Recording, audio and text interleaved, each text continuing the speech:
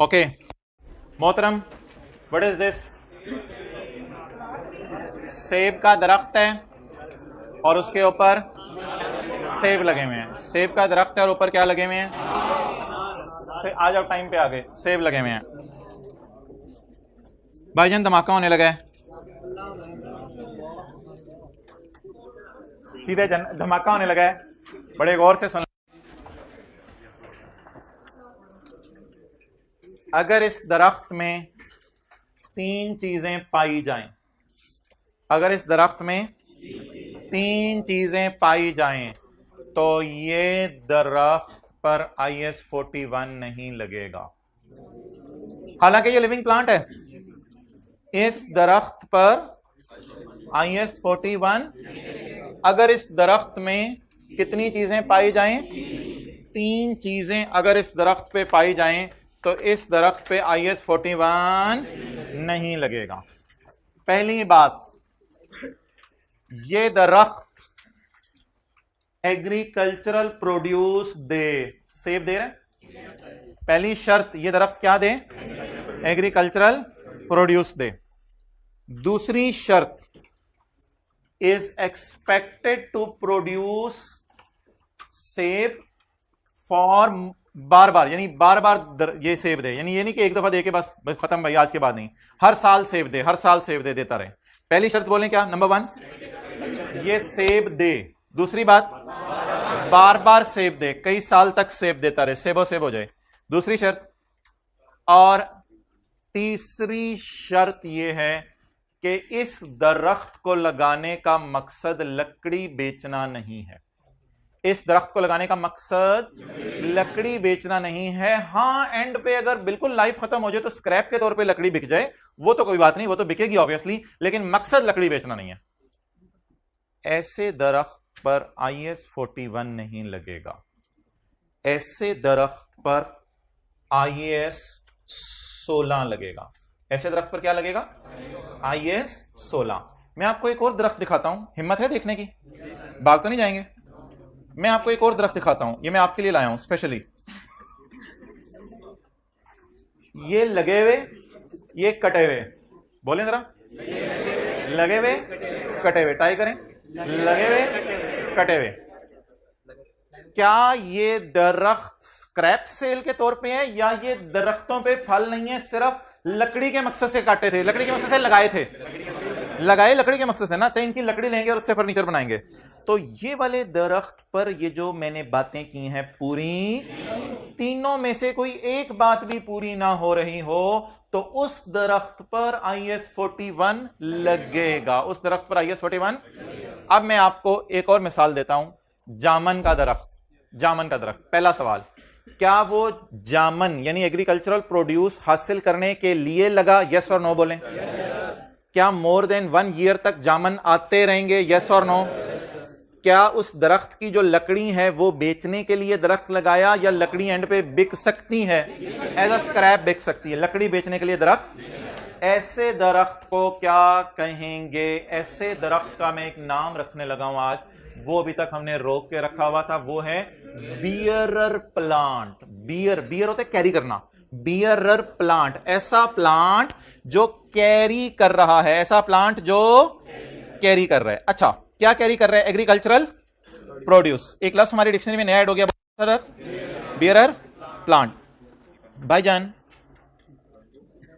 ये जो गाय है, ये जो गाय है, इस गाय को बियरर एनिमल कह सकते हैं या नहीं? अब मैं आपसे 3 सवाल पूछने लगा हूं।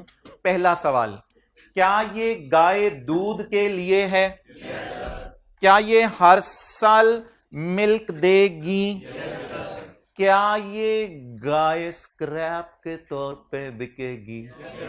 नहीं नहीं नहीं नहीं भाईजान, ये आप पिंड से ताल्लुक नहीं रखते, ये स्क्रैप के तौर पे नहीं बिकेगी। गाय जब भी आप बेचें 2 3 4 साल 6 साल दूध इस्तेमाल करके बेचें, अच्छी खासी प्राइस देके जाएगी। बाकी देके जाए ना देके जाए, इस बहस को छोड़ें, स्टैंडर्ड का सुन लें। स्टैंडर्ड ने कहा है मोहतरम, there is no concept of bearer animal. There is no concept of, there is only one concept, that is of bearer plant. एक ही कॉन्सेप्ट है हमारे पास, वो क्या है? बियरर। किसी कौ वगैरह पे IS 16 नहीं लगाने लग जाना, लेकिन ऐसे दरख्तों पे IS 16 लगाना है जिन दरख्तों में कितनी खासियतें पाई जाएं। आप बता दें भाईजान, इन दरख्तों में ये जो सेब का दरख्त या मैंगो का दरख्त या जामुन का दरख्त मैं आपको बताऊं, ये एग्रीकल्चर प्रोड्यूस के लिए लगाया गया जी। क्या इस दरख्त को जो है वो एग्रीकल्चर प्रोड्यूस हर साल आएगी जी। क्या ये दरख्त जो है, इस दरख्त को बेचना मकसद है, इसकी लकड़ी बेचना मकसद है? नो। तो ये तीनों बातें जिसमें पाई जाएं, उस दरख्त को क्या कहेंगे? Bearer plant. बियर होते कैरी करना, ये सेब कैरी करने के लिए रखा हुआ है। और इसकी बैकएंड पे थीम ये है कि it is just like a machine. Machine units बनाती रहती है, मशीन यूनिट्स बनाती रहती है, मशीनें यूनिट्स बनाती रहती हैं, और एंड पे मशीनें एज अ स्क्रैप बिक जाती हैं जिस पे फ्रूट लगता हो। और तीसरी शर्त यह है कि उसकी लकड़ी ना अच्छी बिकती हो, यानी लकड़ी बेचना मकसद ना हो। तीन बातें पूरी की पूरी 3 बातें। इस दरख्त पे IS 41 नहीं लगेगा, बट इनके फलों पर at the point of harvest agriculture produce होंगे। इनके फल at the point of harvest क्या होंगे?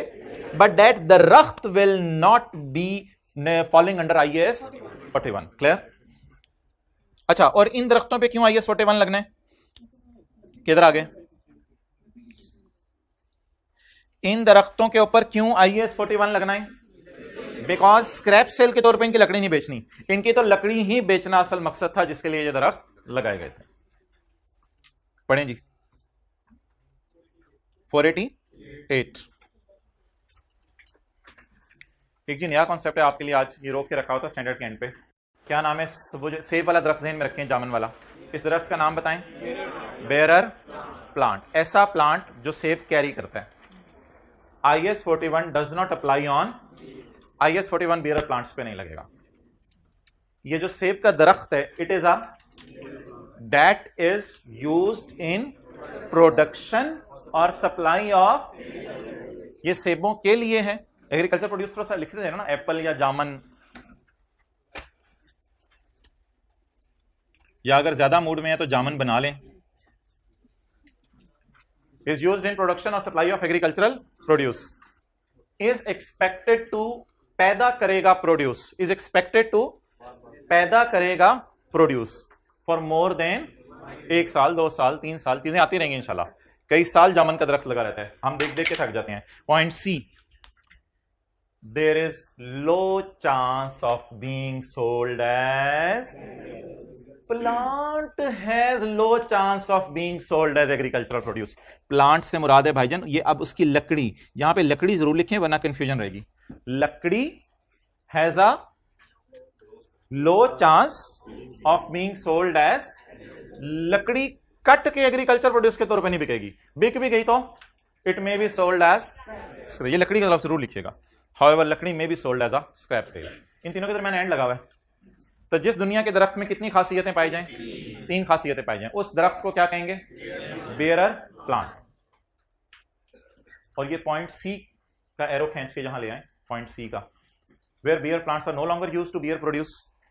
क्या मतलब? जामन, आप ऊपर चढ़े बैठे हैं, दरख्त लिफ्ट ही नहीं करा रहा, जामन ही नहीं आ रहे। Where bear plants are no longer used to bear produce, they might be cut down and sold as, उनकी लकड़ी का फर्नीचर नहीं बनता, वो बस फारिग है लकड़ी इसकी। For example for use as a firewood के तौर पे घरों में आग लगा ली उस लकड़ी से, शायद इस काम आएंगे वो दरख्त, और किसी काम के नहीं है, काम के ना काज के, दुश्मन अनाज के। सच इंसिडेंटल होते हैं हादसाती सेल, यानी कि मकसद नहीं था सेल का नाम का लकड़ी। सच हादसाती sale would not prevent the plant from satisfying the definition of bearer plant. और अंग्रेजियां छोड़ा करें, वही बात उसने दोबारा लिख दी है, छोड़ें। डन जी।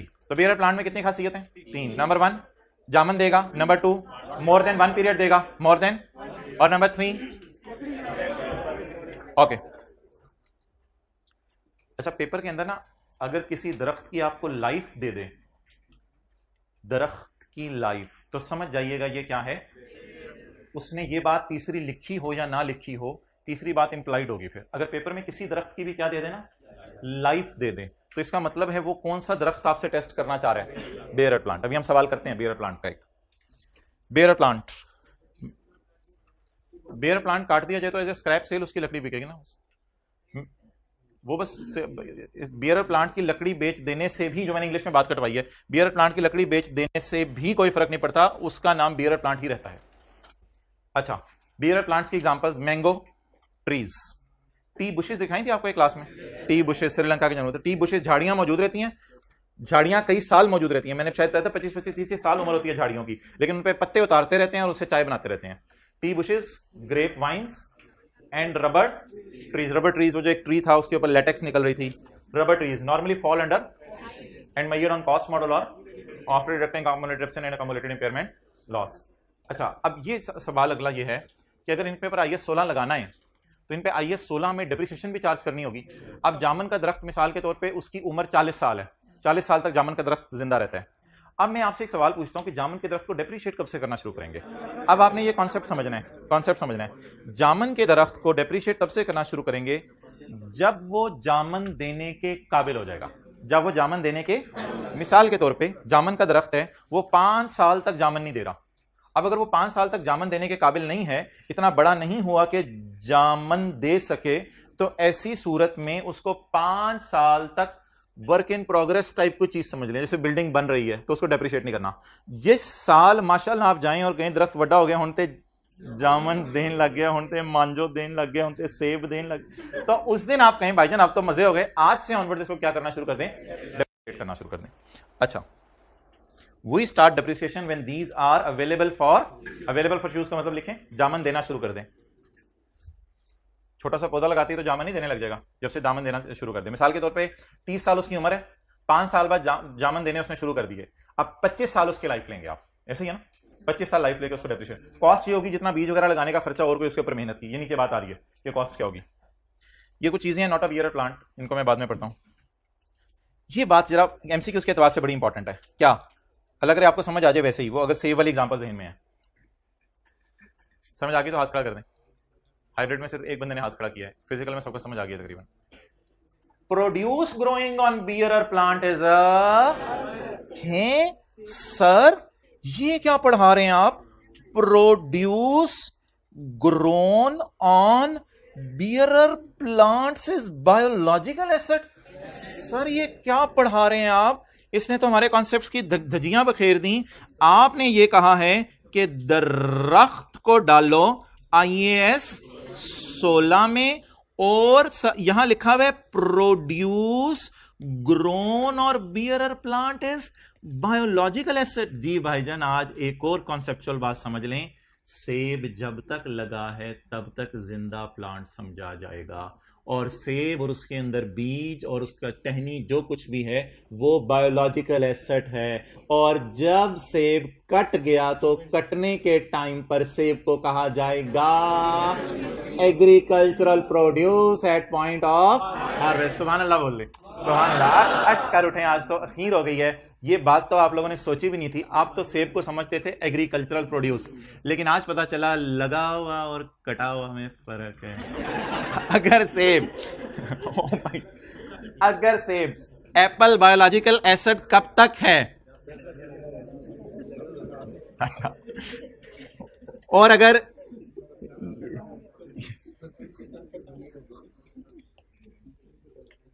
ये वाला अगर सेब है तो ये तो उतर चुका है, उतर चुका है। इसको क्या कहेंगे? बोले बोले बोले बोले। इसी तरह बना लें ये डायग्राम। आज एक दरख्त बनाएं, उस पर एक लगा हुआ सेब हो और भी नीचे बास्केट रखें, उस पर कटे हुए सेब हो, तो खीर हो जाए। ये सेब तो भाईजान उतर चुके हैं ना, इसको क्या कहेंगे? एग्रीकल्चरल। लेकिन मजे की बात, एग्रीकल्चरल प्रोड्यूस कटते हुए कहेंगे, बाद में पड़ा हो तो इन्वेंट्री। सुभान अल्लाह। ये शायर कह के चला गया, ये शेर हो गई। लेवल देख रहे हैं, लगा हुआ, कटते हुए, पड़ा हुआ, लेवल ही बदल जाते। लगे हुए का नाम एग्रीकल्चर प्रोड्यूस, लगे हुए का नाम असल में ये लगा हुआ है, जिंदा है ना। तो हमने पढ़ा था लिविंग प्लांट को बायोलॉजिकल एसेट कहते हैं, तो ये लिविंग है, हुन लिविंग नहीं है। अब तो जो उतर चुका है उसे क्या कहेंगे? Agricultural produce at point of harvest. और अगर साल के एंड पे वो पड़ा रह गया तो वो तो आपको पता है, उसे इन्वेंट्री कहेंगे। चलें जी, जल्दी से नोट कर लें। क्या चीज खाने के बाद क्या बनेगा? अच्छा हाँ बोलो।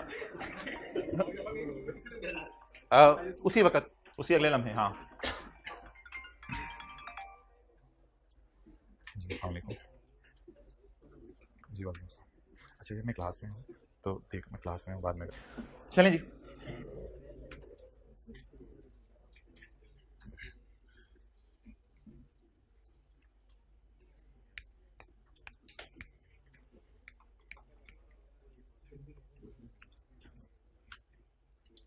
अच्छा असल में ना इसमें इंटरेस्टिंग बात सुने क्या होती है। इंटरेस्टिंग बात ये होती है कि 31 दिसंबर को हमारा ईयर एंड आ गया है और अभी फल उतारने का वक्त नहीं आया। अगली बात अब आप मेरे से कर दें, 31 दिसंबर को हमारा ईयर एंड आ गया, अभी फल उतारने का वक्त नहीं आया। अब क्या करेंगे?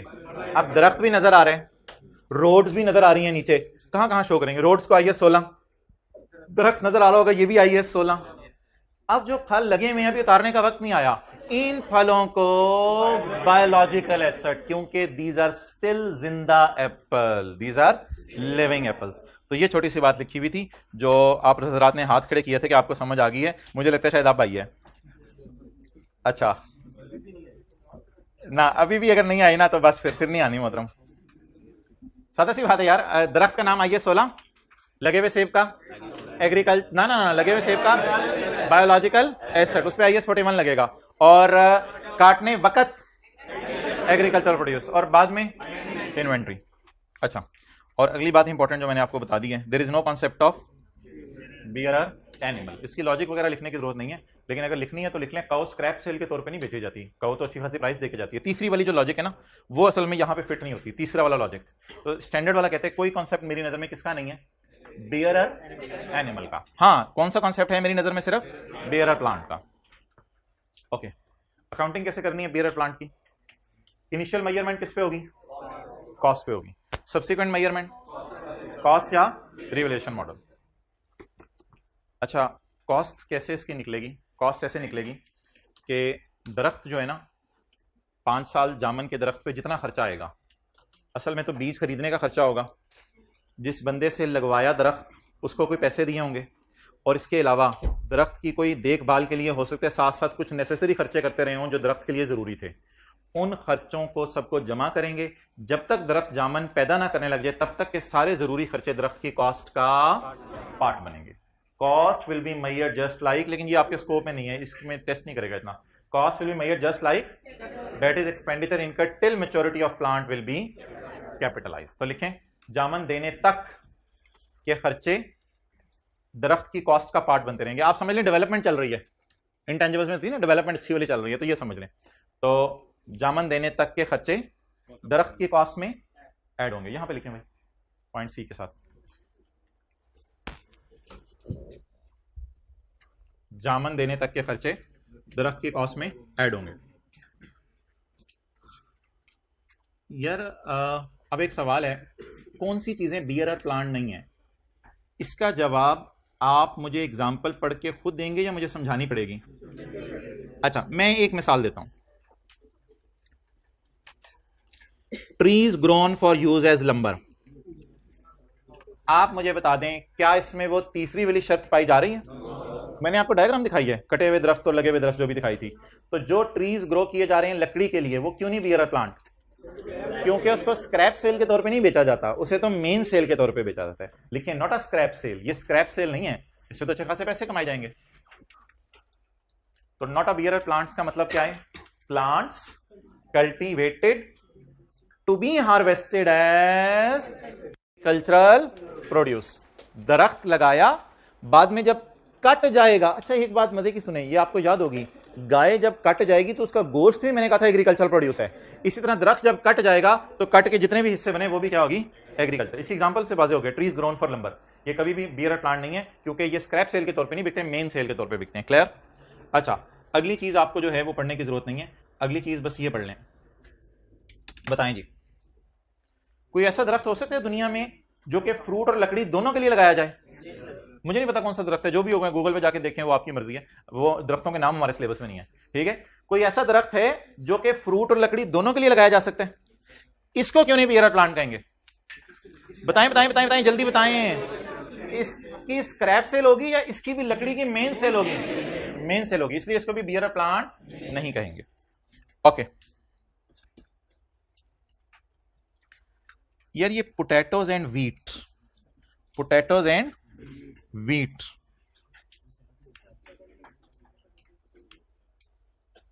एक साहब ने बिल्कुल कमाल जवाब दिया है and I really appreciate him. Potatoes, इसमें तो मोर देन 1 पीरियड का चक्कर ही नहीं. 3 शर्तों में से पहली शर्त क्या है कि एग्रीकल्चर प्रोड्यूस दे. चलो वो तो देने के लिए रखा हुआ है, लेकिन ये जो प्लांट लगेगा 5-6 महीने 7 महीने इसकी लाइफ होगी. उसके बाद यहाँ पे आलू के बाद में हम गंदम काश्त कर रहे हो, पता नहीं कोई और चीज लगा रहे हो, मकई लगा रहे हो, कुछ और लगा रहे हो. तो बता दें ये क्या है. ये जो पोटैटो का प्लांट है, क्या ये एक साथ ज्यादा पोटैटो देगा? तो अगर इसको आइए 16 लगाएं इसके ऊपर, तो इसकी लाइफ क्या होगी? कोई भी नहीं, साल से ज्यादा लाइफ ही नहीं है. इसलिए पोटैटो प्लांट भी बोलें क्या नहीं है? बेयर प्लांट नहीं है. अब बता दें कौन सी 3 चीजें ऐसी हैं जो बेयर प्लांट नहीं है. जल्दी जल्दी जल्दी. ऐसे ट्रीज जो किस लिए लगाए? लकड़ी के लिए. ऐसे ट्रीज जिनका फ्रूट भी लेना था और लकड़ी भी लेनी थी. और मेज, राइस, पोटैटोज, व्हीट में कॉमन बात क्या है? इनकी लाइफ 1 साल से ज्यादा. एनुअल क्रॉप्स का मतलब है बस 6, 7, 8 महीने, 10 महीने, साल के अंदर ये फसल काश्त होकर कट भी जाती है. तो इसलिए इनको भी क्या नहीं कहेंगे? बोले बेयर प्लांट नहीं कहेंगे. क्लियर? एक बात पूछ लूं आपसे आखिरी, तैयार है? अगर 31 दिसंबर को ये आलू लगे रह गए तो बायोलॉजिकल एसेट, एक्सीलेंट, बिल्कुल सेब की तरह. अगर ये लगे रह गए और अगर आपने काटे तो at the time of harvest this will be called as.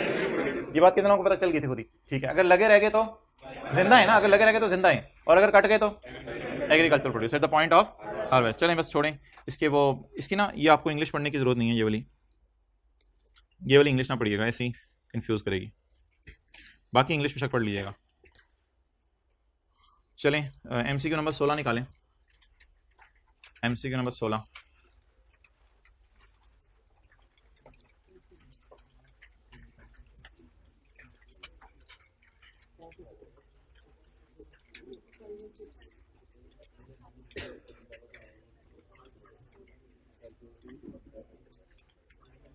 Page number 516. Maria limited bot oil palm garden. Oil palm garden जिसमें ऑयल पाम ट्रीज होंगे for rupees 150 million. Garden 150 million का खरीदा है, जिसमें 120 मिलियन की क्या है? लैंड है. तो बाकी क्या होंगे? Palm trees. बाकी क्या होंगे? Palm trees. ये लैंड है और ये इसके ऊपर क्या होंगे? Palm trees. Maria bought for 150 million. ये टोटल कितने का खरीदा? इसमें से लैंड के कितने पैसे? 120. तो बकाया बैलेंसिंग बताएं गार्डन के. तो इसका मतलब है लगा लगाया दरख्तों का बाग खरीद लिया. अब तो कॉस्ट बड़ी से रेडीली अवेलेबल है. अच्छा. The garden is expected to give produce for next 3 years. Life दे दी दरख्त की, यहां से इंडिकेशन मिला करेगी कि लाइफ दे दी दरख्त की. तो अब IS 16 लगेगा, IS 41. हाँ, ये बात वाजे तौर पे नहीं लिखी होगी कि इसकी लकड़ी स्क्रैप सेल है, नहीं है, उस बात में नहीं जाएगा. लाइफ दे दिया करेगा आसानी के लिए. आपको लाइफ दे दी, तो जब लाइफ गिवन है तो इसका मतलब 1 साल से ज्यादा ये फायदा देगा. तो इसका मतलब है फिर इसकी कॉस्ट को 3 सालों पे क्या करें? डेप्रिशिएट करें. Before replantation process. रीप्लांटेशन से पहले the garden is agriculture produce for next 3 years. फिर 3 साल बाद दोबारा प्लांट लगाने पड़ते हैं और दोबारा उनको उगाना पड़ता है, वो भी लंबा काम है. तो 3 साल बाद इनकी लाइफ है, 3 साल तक ये खत्म हो जाते हैं दरख्त. ओके. 31 दिसंबर 19. अच्छा पहले जरा एंट्रीज करवा दें 1 जनवरी 19 को खड़े होके. क्या चीज? अगर 3 साल वाली बात ना लिखी होती तो फिर हम इस दरख्त के बारे में ये कह सकते थे कि शायद लकड़ी के लिए. हमें तो पता नहीं, क्योंकि हमें नहीं पता कौन से दरख्त लकड़ी के लिए होते हैं, कौन से नहीं होते, और ना पेपर में ये एक्सपेक्टेड है. तो फिर हम मजबूरन इसको IS 41 लगाते और क्या करते. अच्छा चलें जी, 1 जनवरी 19 की एंट्री बताएं. जल्दी जल्दी हिम्मत करें. 1 जनवरी 19 की बोलें बोलें बोलें बोलें, हिम्मत. लैंड डेबिट कितने से? 120 से. लैंड कहां जाएगी? IS 16 में जाएगी लैंड. आगे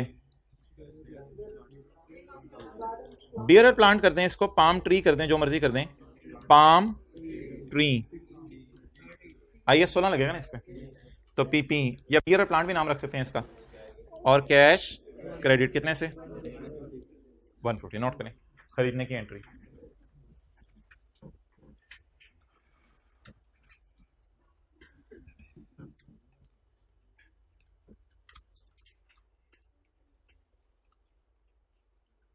on 31 December 19 the year end the fair value of garden is 22 million excluding land के अलावा फेयर वैल्यू गार्डन की कितनी है?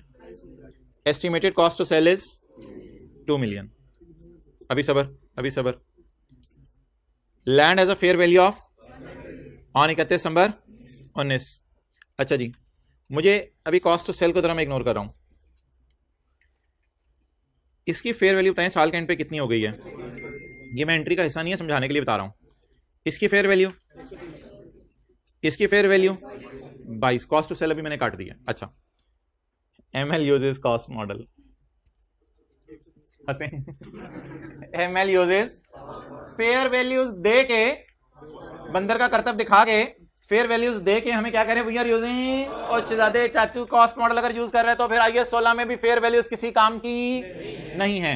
पहले मुझे बता दें इन दोनों पे लग क्या रहा है। IAS 16 में कॉस्ट टू सेल तो काट ही दी ना मैंने। IAS 16 has nothing to do with cost to sell, but अगर IAS 16 में रिवैल्यूएशन मॉडल लगता तो चीजें किस पे जाती? फेयर वैल्यू पे जाती। अभी फेयर वैल्यूज को भी बड़े कॉन्फिडेंस से 130 और 22 को काट दें। वाई?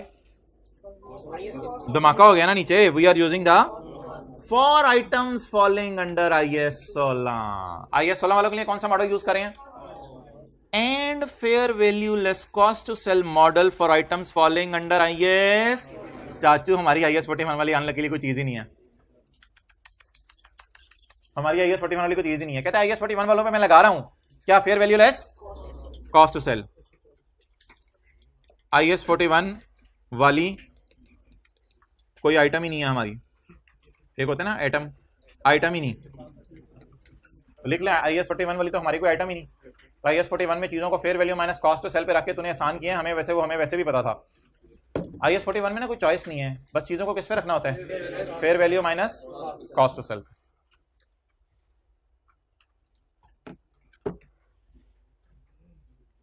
ओके, अब भाईजान सवाल है उसका, what is the total amount of non current assets to be present. Non current assets to be present, non current जो बायोलॉजिकल, नॉन करंट मतलब IAS 16 एट 31 दिसंबर 2019। बता दें जी। 120 और 130 कितना बनेगा? एक एंट्री होगी मोहतरम 31 दिसंबर 19 को, जिसकी लाइफ गिवन है। Depreciation debit, accommodation credit. Cost बोलें, लाइफ, ये दो एंट्रीज हैं सिर्फ पूरे सवाल में। अब बता दें जी, हम किताबों में लैंड कितने पे शो करेंगे? चलिए मैं बैलेंस शीट आपको बना ही देता हूं। बैलेंस शीट में क्या आएगा? PP लैंड और कॉस्ट, अकामोडेशन 10, बुक वैल्यू। सवाल की रिक्वायरमेंट का जवाब है 140। ये मैंने आपको बना के दिया है बैलेंस शीट।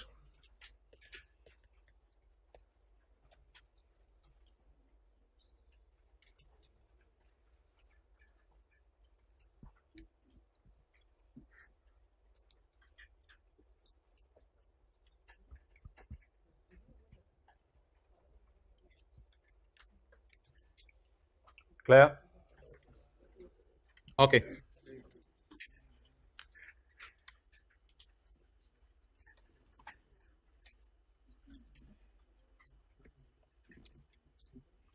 अच्छा ये जिस वक्त ना हम रिवैल्यूएशन को रिवाइज कर लेंगे, अभी तो आपको भूली हुई है रिवैल्यूएशन, जिस वक्त हम रिवैल्यूएशन को रिवाइज कर लेंगे ना, ये MCQ 16 की वैसे जनरल एंट्रीज जहाँ दी हुई थी मैंने नीचे सोल्यूशन में, 120 की अलग एंट्री है, 30 की अलग एंट्री है, एडप्शन की अलग एंट्री है। लेकिन ना जब हम रिवैल्यूएशन पढ़ लेंगे ना, तो किताब के पेज 520 के ऊपर मैंने ये लिखा हुआ है, try your self, test your self, assume in MCQ 16 we are using.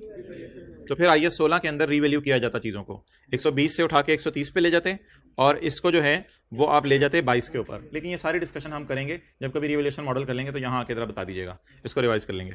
अगर रिवैल्यूएशन फिलहाल कौन सा मॉडल यूज़ हो रहा था? कॉस्ट मॉडल यूज़ हो रहा था, इसलिए हमने चीज़ों को किस पे रखा है? कॉस्ट पे रखा है। Okay, so that was this all story of bearer plant.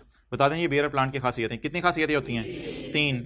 जामन दे हर साल, कई साल नहीं, कई साल तक दे, और लकड़ी एज अ स्क्रैप बिके। और जब जामन का दरख्त फारिग हो जाए तो कट डाउन करके लकड़ी को एज अ स्क्रैप बेच देंगे।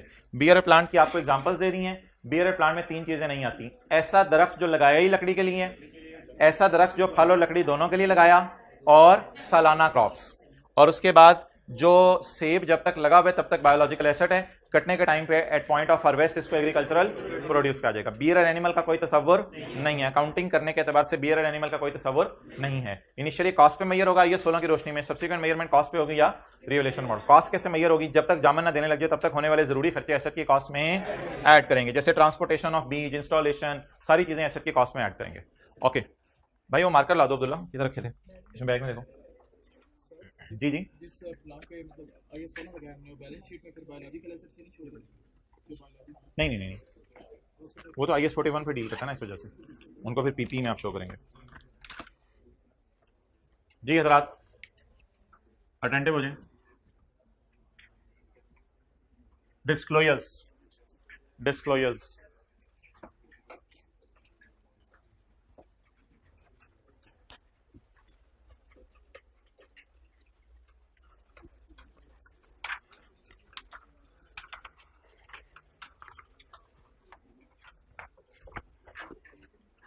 नोट टेक लीजिएगा, करना हुआ तो पहले जरा समझ लें। जनरल डिस्क्लोजर्स मैं जरा लिखता जा रहा हूं, आपको कुछ करने की जरूरत नहीं। गेन लॉस बता दें यूजर को कितना आया। गेन लॉस कब कब आता है? जब आप परचेज करते हो तब लॉस आ जाता है, जब आपका एनिमल पैदा होता है तो जीयर एंड पे जब मोटा और महंगा होता है गेन भी आ जाता है या लॉस भी आ जाता है। क्लियर? अच्छा जी, डिस्क्रिप्शन क्या मतलब? हमारे पास शीप्स पड़ी हुई हैं, या हमारे पास काउस पड़ी हुई हैं, या हमारे पास कौन से जानवर हैं, या हमारे पास फला फला पोटैटोस के हमने बाग लगाए हुए हैं। It will be called as, बोलें, डिस्क्रिप्शन। इसमें क्वांटिटी आ जाए तो अच्छी बात है, इस जानवरों की कितनी क्वांटिटी है, ये भी यूजर्स को डिस्क्लोज कर दें तो अच्छी बात है। डिस्क्लोज मतलब होता है यूजर्स को बताना है आपने कि हमारे पास कौन कौन से जानवर पड़े हुए हैं। अच्छा, इसके बाद आपने कुछ बाइफर्केशन ही करनी होती है। बाइफर्केशन के एनिमल्स कितने किस्म के हैं, प्लांट्स कितने किस्म के पड़े हुए हैं हमारे पास, ये आप यूजर्स को अलग अलग बता दें। अगली बात, रिकॉन्सिलिएशन में कौन कौन सी चीजें आती हैं, जरा 4-5 जबानी बता दें। ओपनिंग आते हैं, परचेजेज आते हैं, जो डेथ हो गए वो आते हैं, जो सेल हो गए वो भी आ जाते हैं, और उसके बाद क्लोजिंग आते हैं। ठीक है जी, ये कोई फॉरेन करेंसी में लिया हो तो उनका एक्सचेंज गेन लॉस कोई चीज है वो हम IS 21 के अंदर पढ़ेंगे। ये किसकी बात होगी? रिकॉन्सिलिएशन की बात हो गई। ओके, इसके बाद नेचर ऑफ एक्टिविटी बताएं जल्दी, मतलब बताएं। कुछ लोग फिश फार्मिंग कर रहे होंगे, कुछ लोग जो है वो गाय को रख के उसका दूध बेच रहे होंगे, कुछ ने बकरे रखे होंगे आगे बेचने के लिए। तो नेचर ऑफ एग्रीकल्चरल एक्टिविटी, ये सारी चीजें किसने बतानी है? ये सारी चीजें फाइनेंशियल स्टेटमेंट्स में लिख के हमने यूजर्स को बतानी है। ओके, छठी चीज में ना उसने दोबारा बता दिया है, कहते हैं फिजिकल क्वांटिटीज बता दो, अगर पहले कहीं नहीं बताई फिजिकल क्वांटिटीज वगैरह जानवरों की, कितने जानवर हैं, किस टाइप के जानवर हैं, और अगर एग्रीकल्चर प्रोड्यूस है तो 10,000 लीटर मिल्क निकला है इस साल, या जो है वो मिसाल के तौर पे 4 बेबीज पैदा हुए हैं, इस किस्म की जो भी एग्रीकल्चर प्रोड्यूस आपकी निकल रही है, या कोई नए एनिमल पैदा हो रहे हैं, उन सबकी डिटेल बता दो। ये कौन से डिस्क्लोजर हो गए भाईजान? General disclosures. अच्छा जी, इसके बाद इसी में भी जनरल डिस्क्लोजर चल रहे हैं। आपके टाइटल रिस्ट्रिक्ट हो सकते हैं, टाइटल रिस्ट्रिक्ट, मिसाल के तौर पे कोई ऐसा एनिमल आपने बाय कर लिया, हुकूमत ने इसके टाइटल पर रिस्ट्रिक्शन लगा दी है किसी तरह की, आप इसको बेच नहीं सकते, ये नहीं कर सकते, वो नहीं कर सकते, वो यूजर को आप बता दें। इसके बाद आप जानवर खरीदने का मुआहिदा किसी से कर सकते हैं, कमिटमेंट, कि मैं तुमसे जानवर खरीदूंगा, अगर ऐसा कोई मुआहिदा है वो भी यूजर को बता दें कि मैंने कमिटमेंट कर ली है। इसके बाद फाइनेंशियल रिस्क क्या होगा जानवर खरीदने के बाद? आपको सैलाब आ जाए, जलजला आ जाए, कहत साली हो जाए, या इतनी सर्दी हो जाए कि जानवर मर जाएं, ये सारे रिस्क आपके बिजनेस के साथ जुड़े हुए हैं। अगर ऐसा कोई रिस्क आपके बिजनेस में है तो वो भी यूजर को बता दें कि हमारे बिजनेस में कौन से फाइनेंशियल रिस्क हैं। ये कौन से डिस्क्लोजर्स हो गए? जनरल डिस्क्लोजर्स हो गए। अच्छा, अगली बात मुझे ये बताएं, क्या ऐसा हो सकता है कि हम कुछ बायोलॉजिकल एसेट्स को कॉस्ट पे रखें? कल वाली क्लास ली थी, अगर नहीं ली थी तो कोई परेशानी वाली बात नहीं। हमने कहा था कि अफ्रीका से हमने बकरा मंगवाया है और वो बकरा पाकिस्तान में अवेलेबल नहीं है, तो ऐसे अफ्रीकन बकरे को मार्केट में प्राइस अगर पता नहीं चली तो किस पे रखें, कॉस्ट पे रखें। अच्छा, इस बकरे के बारे में क्या बताना है, डिस्क्रिप्शन। क्या मतलब कि बकरा है या बकरी है, धुंधा नहीं, बकरा है या बकरी है, डिस्क्रिप्शन इसकी बता दें। दूसरी चीज, why fair value not available, बोले बोले बोले, वाई फेयर वैल्यू, इस बकरे की फेयर वैल्यू क्यों नहीं अवेलेबल हो रही, ये वजह बताएं। अगर पॉसिबल हो, अगर पॉसिबल हो तो रेंज बता दें फेयर वैल्यू की। क्या मतलब, जल्दी बताएं। कि हमारे ख्याल से ये 15,000 से 20,000 के दरमियान है, लेकिन हम फेयर वैल्यू पे नहीं रख रहे क्योंकि फेयर वैल्यू रिलायबली मेजर नहीं हो रही। इसके बाद अगली चीजें तो आइए 16 वाली, डेप्रिसिएशन मेथड बता दें, इसकी आप लाइफ बता दें, और ग्रॉस कैरिंग अमाउंट साल के शुरू में और साल के एंड में बता दें। ये तो वो आइए 16 वाली चीजें हो जाएंगी। और इसके अलावा अगर आपने इसको इंपेयर किया तो इंपेयरमेंट लॉस बता दें, कोई रिवर्सल ऑफ इंपेयरमेंट लॉस है आप वो बता दें, डेप्रिसिएशन वगैरह इसकी साल की कितनी है वो बता दें, वो P&L से पता चल जाएगी। और आखिरी बात जरा सोच के बताएं यहां क्या आ सकती है डिस्क्लोजर में। कल कला को, आगे फिक्रा पूरा कर दें, कल कला को हो सकता है अब इसकी फेयर वैल्यू पता चल जाए, कल कला को हो सकता है क्या पता चल जाए, इसकी फेयर वैल्यू पता चल जाए। तो फिर आप डिस्क्रिप्शन बता दें उनकी जिनकी फेयर वैल्यू पता चल गई है, एक्सप्लेन कर दें अब क्यों पता चल गई और पहले क्यों नहीं पता थी। और तीसरी बात, चेंज का इफेक्ट बता दें। चेंज का इफेक्ट क्या होगा, पहले आपने कॉस्ट पे रखा होगा, अब उसे उठा के किस पे ले आएंगे, बोंगी मार रहे हैं, fair value less cost to sell. IAS 41 में तो फेयर वैल्यू पे चीजों को नहीं लाते, किस पे लाते हैं, fair value minus cost to sell. और इसके अलावा अगर कोई गवर्नमेंट ग्रांट्स हैं, अगर कोई गवर्नमेंट ग्रांट्स हैं तो इसके 3 डिस्क्लोजर आप बता दें। नेचर ऑफ ग्रांट क्या है, यानी किस लिए आपको ग्रांट मिली। नंबर 1 एनिमल्स खरीदने के लिए या काश्तकारी करने के लिए। नंबर 2 अनफुलफिल्ड कंडीशंस का मतलब बताएं, जरा हिम्मत करें। अनफुलफिल्ड कंडीशंस, आपको कहा गया है कि आपने जो है वो बाहर के मुल्क से रीच मंगवाने हैं, अब आप कहते हैं ये अभी तक मैं नहीं मंगवा सका, तो यूजर को बता दें कंडीशन हुकूमत ने लगाई हुई है रीच मंगवाने के लिए, लेकिन अभी तक मैं रीच मंगवा नहीं सका क्योंकि मैं सोच रहा हूं मैं खुद। अच्छा जी, और मुझे बताएं डिक्रीज इन ग्रांट पॉसिबल है, decrease in grant, grant decrease refund type कोई चीज है। अगर आप कंडीशन पूरी ना कर सके तो ग्रांट पैसे हुए हुए आपके पास पड़े रहेंगे या वापस करने पड़ेंगे, वापस करने पड़ेंगे। अब मोटे मोटे डिस्क्लोजर बता दें। जो बंदा भी एग्रीकल्चर का कारोबार कर रहा है वो सबसे पहले जनरल डिस्क्लोजर देगा, फिर ऐसे जानवरों के बारे में डिस्क्लोजर देगा जिनकी फेयर वैल्यू पता नहीं चल रही, और फिर अगर गवर्नमेंट ने उसको ग्रांट दी है तो उसके बारे में डिस्क्लोजर देगा। ठीक है, अब क्या क्या डिस्क्लोजर देगा, जानवरों पे गेन लॉस कितना आया, कौन से जानवर पड़े हुए हैं, किस किस किस्म के जानवर हैं, ओपनिंग वैल्यू क्लोजिंग वैल्यू कौन सी है, नेचर ऑफ एक्टिविटी आपकी क्या है, फिजिकल क्वांटिटीज वगैरह क्या है जानवरों की या एग्रीकल्चर प्रोड्यूस की, आपके टाइटल पे कोई रिस्ट्रिक्शन तो नहीं लगी हुई, फ्यूचर में जानवर खरीदने का आपने वादा कर लिया है और उस जानवरों के साथ कोई रिस्क अटैच है वो बता दें। और अगली बात, डिस्क्लोजर कहानी की तरह होते हैं, बायोलॉजिकल एसेट्स अगर कॉस्ट पे रखे हुए हैं तो ये इसमें 2-3 पहले पॉइंट इंपॉर्टेंट है, अगले तो IAS 16 वाले हैं। क्या कौन कौन से, कौन सा जानवर है, नंबर 2 फेयर वैल्यू क्यों नहीं पता चल रही, और नंबर 3 पॉसिबल रेंज क्या जिसमें ये जानवर बिक सकता है फेयर वैल्यूज की। गवर्नमेंट ग्रांट्स में नेचर, अनफुलफिल्ड कंडीशन और डिक्रीज इन ग्रांट। हाँ, फिर वापस करनी पड़ेगी ताकि बताएं अभी तक फुलफिल नहीं हुई शो कर दें, लेकिन जिस वक्त वापस करनी पड़े फिर उस वक्त बता देंगे वापस कर दिए। पूरी बात करें ना, डिस्क्लोजर्स निकालें जी। यार तस्वीर खींचने की जरूरत नहीं, हाइलाइटर एक पकड़ लो किसी तरह साथ वाले से आज। तो माशाल्लाह ये अच्छे भाई हैं, ये पहले से डिस्क्लोजर निकाल के बैठे होते हैं, बल्कि मुझे लग रहा है मैं घर से हाईलाइट करके आया हूँ, अखीर हो गई है। पेज 493, पता नहीं मैं घर में पढ़ा रहा था, पेज 493, पेज 493। आप लोग भी घर से एक दिन पहले वाला पढ़ के आते हैं ना, पिछला पढ़ने बड़ी बात है। Lecture pending online. अच्छा, general disclosure, an entity shall disclose the aggregate gain और लॉस। अच्छा, कुछ दिन गुजर जाते हैं ना, 12-13 दिन बच्चों के में, सर वो जो डिस्क्लोजर है ये यानी क्या इनका करना क्या, पेपर में क्या करेंगे इनका, यानी ये पढ़ तो लिया हमने समझ भी आ गया, लेकिन फिर भी यानी क्या क्या इनका, तो फिर कुछ थोड़ा सा। अच्छा भाई, उसमें जो IAS 38 है ना उसके तो किसी हद तक हमने डिस्क्लोजर बनाए हैं, लेकिन IAS 41 के डिस्क्लोजर ज्यादा बनाने को आपको आ नहीं सकते। एक ही डिस्क्लोजर बनाने को आता है जो हम क्लास में डिस्कस किया था, वो कौन सा वाला है, रिकॉन्सिलेशन वाला। रिकॉन्सिलेशन वाला आ सकता है, बाकी कोई खुदा ना खास्ता बात आगे आने का चांस नहीं। जो बात सवाल में लिखी हुई वो एज इट इज इंग्लिश में उठा के लिख देनी है, और ये बातें हम ना आने वाले स्टैंडर्ड में असल में रिवाइज करेंगे तो बातें जरा बनेंगी। फिलहाल सिर्फ एक लिस्ट जहन में रख लें कौन कौन से डिस्क्लोजर होते हैं, ये भी आपने याद नहीं करनी। पैरा 40, पैरा 43, पैरा 41 स्टैंडर्ड का, उनमें सारी चीजें अवेलेबल है। An entity shall disclose the aggregate gain or loss arising during the period on initial recognition and from the change in fair value. N entity shell give a description, narrative और quantified. Narrative अंग्रेजी में लिखे जानवरों के नाम, quantified कितने जानवर हैं, of each group of beef cattle अलग, डेयरी कैटल अलग, फ्रूट ट्रीज अलग, वीट प्लांट्स अलग, इन सब के बारे में अलग अलग बता दें। एक ना चीज मैंने छोड़ी है, ये मैंने कल करवानी है। अच्छा जी, एन एंटिटी इज इनकरेज का क्या मतलब है? ये डिस्क्लोजर जरूरी है या इनकरेज कर रहे हैं सिर्फ?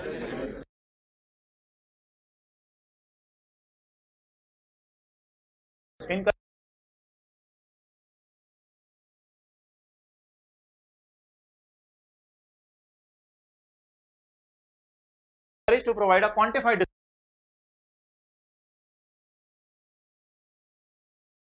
डिस्क्रिप्शन। क्वांटिफाइड डिस्क्रिप्शन दे दे तो बहुत ही अच्छी बात है, साल के शुरू में जानवर कितने थे, एंड पे कितने, क्वांटिटीज दे दे तो बड़ी अच्छी बात है। डिस्टिंग्विशिंग बिटवीन, छोड़ें अभी, कंज्यूमेबल एंड बियरर, ये ना एक कंज्यूमेबल और बियरर टाइप कोई चीज है, ये कल देखेंगे। तो पॉइंट 3 के साथ थोड़ा सा क्वेश्चन मार्क लगा दें बस, पॉइंट 3 के बाद। अच्छा भाईजान, रिकंसिलिएशन में क्या क्या आता है? कई दफा बनाई हमने 3-4 सालों में। गेन लॉस आता है। ओ धमाका, separate disclosure for physical and price change is encouraged but not required. मतलब बताएं इसका, सेपरेट फिजिकल चेंज और प्राइस चेंज का डिस्क्लोजर जिस पे सबसे ज्यादा दिमाग की फिरकी घूमी थी हमारी, वो कहते बना दो तो ठीक है, नहीं बन रहा तो खैर है। लेकिन पेपर में लिखा होगा फिजिकल और प्राइस वाला बनाएं, तो फिर फिजिकल और प्राइस वाला बनाना पड़ेगा। तो पेपर में जब फिजिकल और प्राइस का लफ्ज लिखे क्वेश्चन में, तब फिजिकल और प्राइस चेंज अलग अलग कीजिएगा। वो याद है लंबे से इधर लिखी थी उम्रें बार बार, 2 साल का हमारा जानवर, किसी का जानवर, हमारा जानवर, किसी का जानवर, जानवर ही आ गए थे, हमारा जानवर, किसी का जानवर।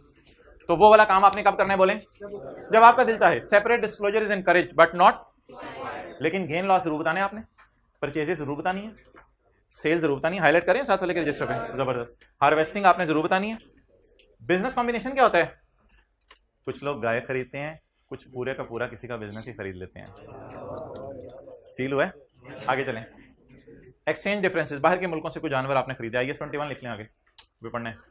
IS 21 अदर चेंजेस अब क्या बताऊं आपको, चलें आगे। इफ नॉट डिस्क्लोज्ड एल्सवेयर, अगर कहीं नहीं बताया, इन information published with financial statement, अगर कहीं नहीं बताया तो IS 41 के तहत ही बता दो। Nature of activities, nature of activities क्या हो सकती है? लिख लें, fish farming, milk selling. Nature of activity, क्या कारोबार कर रहे हैं आप, कर की रहे हो, जानवर नाल हो की रहे हैं। Nature of activities involving each group of, her group of biological acid को अलग अलग। ये शीप्स हैं वो वूल के लिए रखी हुई हैं, काउज हैं वो मिल्क के लिए रखी हुई हैं, काउज हैं वो सेल के लिए रखी हुई हैं। बड़ी ईद आ रही है, 2.5 महीने रह गए हैं।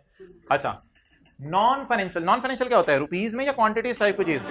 क्वांटिटीज। नॉन फाइनेंशियल मेजर्स और estimates of physical quantities of each group of entities biological asset at the end of, कम से कम एंड पे बता दें साल के कितने जानवर आपके पड़े हुए हैं। अंडरलाइन कर लें, quantities at end of period, ये ग्रीन वाला हाईलाइट करें, quantities at end of period, कितने जानवर पड़े हुए हैं आपके पास, ये मतलब बताएं। 10 मन सेब आए, लिख लें 10 मन सेब, 1000 किलो दूध, दरख्त से नहीं, 10 मन सेब, 1000 किलो दूध, आउटपुट ऑफ एग्रीकल्चरल प्रोड्यूस। ये यूजर को बता दें। अभी जनरल डिस्क्लोजर चल रहे हैं, टाइटल अगर स्ट्रिक्ट है तो यूजर को बता दें ये गां है, लेकिन ये गां हुकूमत ने कहा है गां आपकी गां है, इसको आप बेच अभी। ये क्या है? Pledged as security.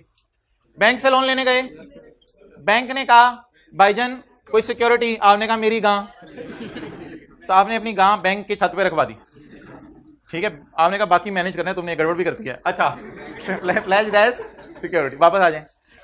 कमिटमेंट्स का क्या मतलब है? वादा कर लिया गाय खरीदने का या खरीद ली? वादा कर लिया। अगर कोई वादे किए हुए हैं गाय खरीदने के तो उन वादों को बता दें लोगों को कि किए हुए वादे।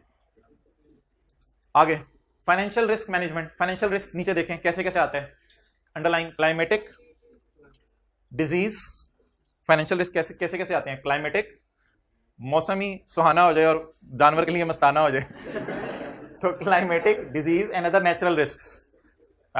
If an event occurs that give rise to a material item of income or expenses, the nature and amount are disclosed in accordance with IS 1. इसको काट दें, if से लेके IS 1 तक काट दें, if से लेके स्टेटमेंट्स तक काट दें। एग्जांपल्स क्या हैं मोहतरम? आउटब्रेक ऑफ अ वायरोलेंट होता है वायरस, वो जो आजकल घूम रहा है virus, virulent disease. A flood, a severe drought की होंगी है, खुश्क साली, और अ फ्रॉस्ट, ये जो फ्रिज से आप लोग डीफ्रॉस्ट कर रहे होते हैं निकाल के चीजें, तो वो फ्रॉस्ट हुई होती हैं, फ्रॉस्ट होगी तो डीफ्रॉस्ट करेंगे ना।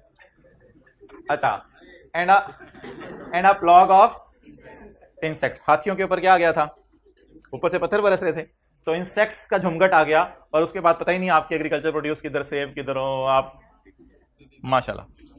अच्छा, ये तो IS 16 वाले हैं, ये किसके डिस्क्लोजर्स हैं? If fair value can not be measured reliably, तो एडिशनल डिस्क्लोजर्स हैं। कौन कौन से?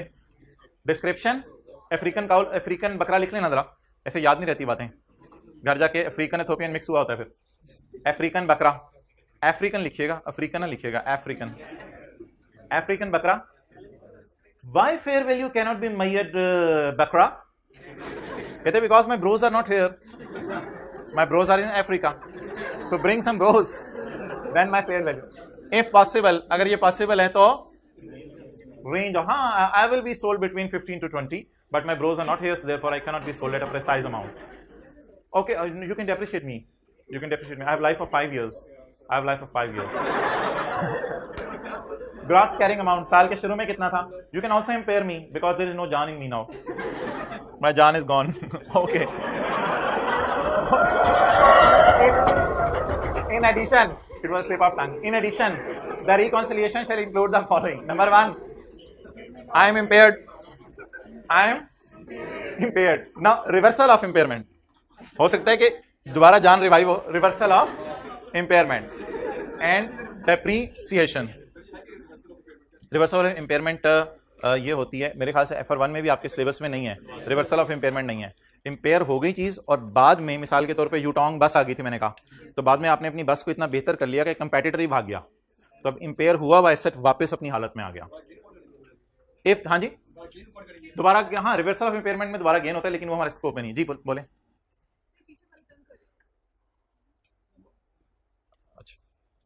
If the fair value of biological assets, अच्छा ठीक है, टेंटिव हो जाए इधर, मैं देखता हूँ। If fair value of biological assets previously measured at cost, if fair value of biological assets previously measured at cost now becomes available, मतलब बताएं, अब अवेलेबल है, पहले अवेलेबल नहीं थी, अब अवेलेबल है।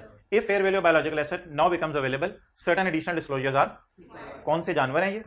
Explanation of why fair value has become reliably measurable, अब क्योंकि ब्रोज उसके आगे है ना पाकिस्तान में, and the effect of change, और अब चेंज का इफेक्ट क्या होगा लिखें, अब आप कॉस्ट से fair value less cost to sell पे लेके जाएंगे, लिखें, अब आप कॉस्ट से fair value less cost to sell पे लेके जाएंगे।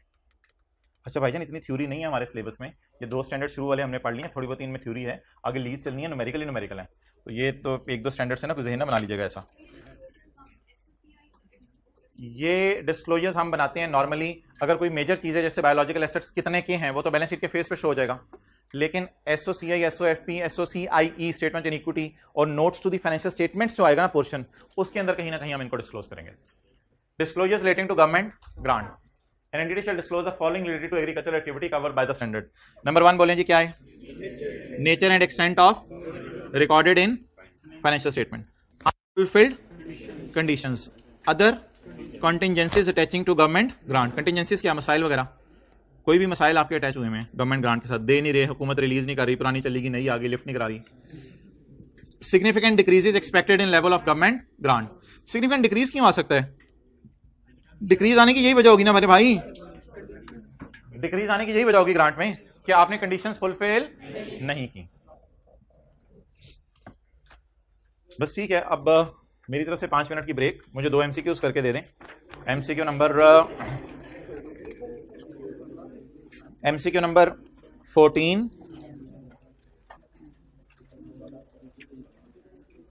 15 और 17, 5 मिनट है आपके पास। 14, 15 और 17 MCQ 14, 15, 17। जी, इस रो में से आवाजें आ रही थी, एक्सक्यूज मी, इस रो में से आवाजें आ रही थी, कल से पीछे बैठना है। 14, 15 और 17।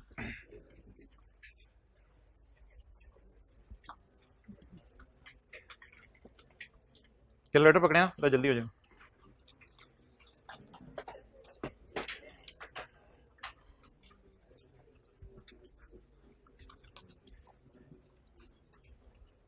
भाई ये भाई जो जा रहे हैं जरा फिजिकल क्लास में जरा चक्कर लगा के जाएं, बता के जाएं क्यों जा रहे हैं।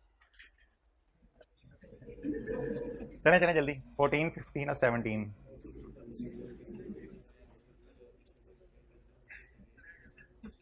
वो इंतजार कर रहा है, सवाल कर।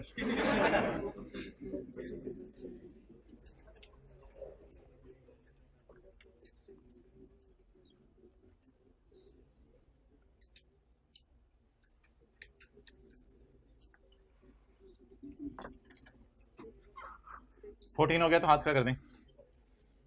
एक साहब हाइब्रिड क्लास में पता नहीं देखे जा रहे हैं, स्क्रीन की तरफ सॉल्व नहीं करे, जिस रो से बच्चा उठ के गया अब इन्होंने सॉल्व करना शुरू किया। आप मुस्कुरा रहे हैं यार। 14, 15 का डेटा तो सच सेम है, डेटा सेम है, रिक्वायरमेंट डिफरेंट है।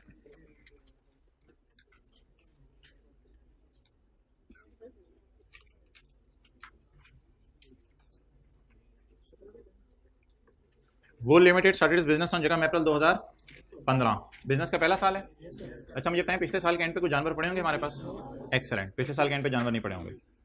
ऑन जगह April WL purchase a flock of sheep for ₹100 million. ये कॉस्ट भी होगी, फेयर वैल्यू भी होगी। फेयर वैल्यू होगी, फेयर वैल्यू, कॉस्ट भी होगी, ये फेयर वैल्यू भी होगी।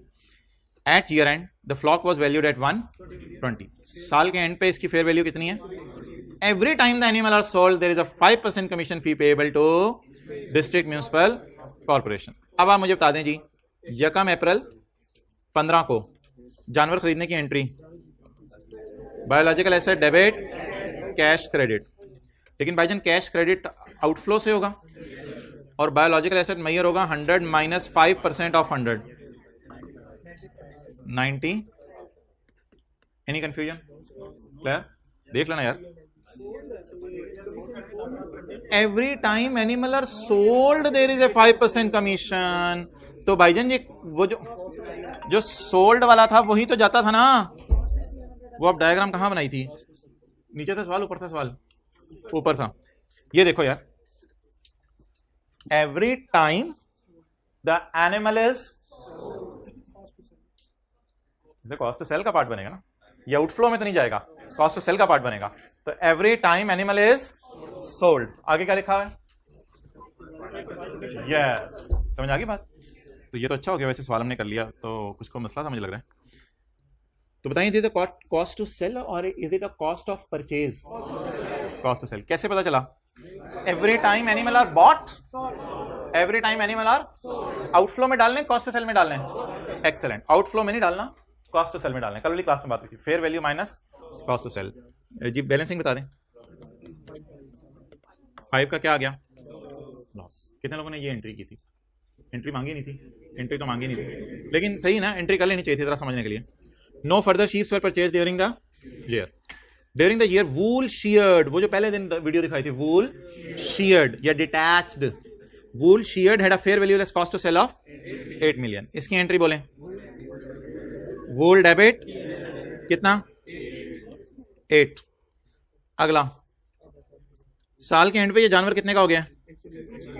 तो और every time it is sold a commission of, तो अब वो वर्किंग करेंगे। वर्किंग 3 टाइप, एक दफा हमने इसका नाम रखा था, ईयर एंड, गेन और loss. Opening 0, purchase, closing, fair value minus 5% of 120। खाली लिख दूं 5%, मसला तो नहीं? कितना जवाब आ गया? 114। गेन 19। हो सकता है कोई बंदा किसी और तरीके से पहुंचा हो यहाँ पे, लेकिन किसी और तरीके से नहीं पहुंचना था, यही तरीका है पहुंचने का। अब 19 रुपए की एंट्री बताएं। चलें जी, नोट कर लें यार, 1 मिनट में दे रहा हूं आपको, एंट्रीज नोट करें, सुस्ती ना करें इन चीजों में। छोटे छोटे एमसीक्यूज हैं लेकिन कॉन्सेप्ट इसमें बड़े अच्छे से छुपे हुए हैं। नहीं यार, तरीके से लेके चलो ना एक ही चीज। एमसीक्यूज के जल्दी करने के लिए वो फिर अलग बातें हैं, वो मैं करता हूँ, रिक्वायरमेंट पढ़ के देखता हूँ, लेकिन तरीके से लेके चलो। काम थोड़ा लेंथी हो जाए, लेकिन अब जो प्रोसेस है उससे ना हटें अभी। जी वालेकुम सलाम। हाँ जी, उससे पहले पहुंच जाए। अच्छा, अब सवाल की रिक्वायरमेंट तो मैंने पढ़ी नहीं, सवाल की रिक्वायरमेंट पढ़ लेते हैं। At what amount flock of sheep would be presented in, यार इधर देखें सारे, आपने कुछ भी नहीं करना था, आपने पूरे डेटे में से ना 120 माइनस 5% कर देना था बस। कितना आ गया? 114। तो I totally agree with you कि एमसीक्यू में डाटा बहुत ज़्यादा दिया हुआ था जो कि देने की ज़रूरत उसे नहीं थी। अच्छा, मेरे से भी ये पेन इस वक्त लिख नहीं रहा, इसको मैं रिस्टार्ट करना पड़ेगा। 120 माइनस 5% कितना आ गया? 114। अगले सवाल का मेरे ख्याल से डाटा 100% सेम है, 100% सेम है, लेकिन उसमें रिक्वायरमेंट क्या है? Calculate the total income in respect of agriculture activity. तो इनकम टोटल यानी टोटल बताएंगे या उसमें तीनों चारों को नेट करेंगे? ये कंट्रोल ऑल्ट डिलीट दबाते हैं आप लोग? ऑल्ट F4 तो छोटी कमांड है, कंट्रोल और डिलीट उसका बाप है, पता होगा आपको। बड़ी मेहरबानी। ना हो तो फिर देसी तरीका तो है ही। बिस्मिल्लाह। अच्छा, नहीं बंद हो रहा, क्या करें आप?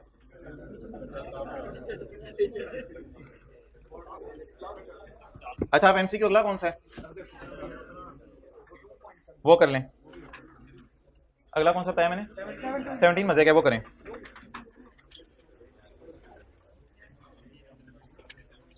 चलें, खुल गया। ये पहले इसका मुझे बता दें।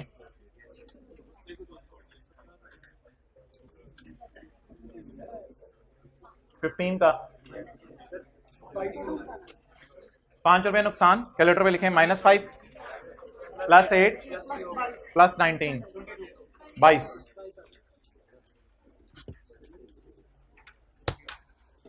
नेक्स्ट, अगला कौन सा जी? 17। कमाल है यार, अगर आपने इस सवाल को पकड़ लिया ना तो कमाल हो जानी है।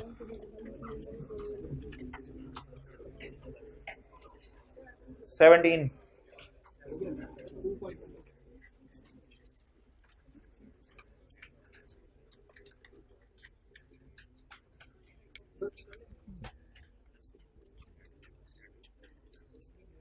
Cow Limited owned a cattle recorded in financial statement at 10.5। मोहतरम recorded in financial statement का मतलब है ये बात कितने लोगों को पता चल गई थी? पिछले सवाल में ना लिखा हुआ था परचेज्ड एट 100, तो उसमें से कॉस्ट ऑफ सेल माइनस की थी। इसमें क्या लिखा हुआ है? रिकॉर्डेड इन फाइनेंशियल स्टेटमेंट्स या फेयर वैल्यू दी हुई है? तो रिकॉर्डेड इन फाइनेंशियल स्टेटमेंट्स तो पिछले साल सही वैल्यू पे हुआ होगा ना, that is fair value minus cost of sale. At 31 December the cattle have a fair value या रिकॉर्डेड इन। रिकॉर्डेड का मतलब खाली रिकॉर्डेड नहीं, रिकॉर्डेड इन फाइनेंशियल स्टेटमेंट्स। तो रिकॉर्डेड इन फाइनेंशियल स्टेटमेंट का मतलब है ये पिछले साल की बैलेंस शीट थी 10 या 5। If CL sold the cattle, if CL sold क्या होता है? कॉस्ट टू सेल या आउटफ्लो? Cost to sell. अगर आज बेचे तो कितने % कमीशन देना पड़ेगा? P&L में गेन कितना जाएगा? ओपनिंग बोले, क्लोजिंग 13 यार बस कर दें इंटू 98%। आप बड़े हो जाए, 13 इंटू 98%, 12.74, 2.24। ओके,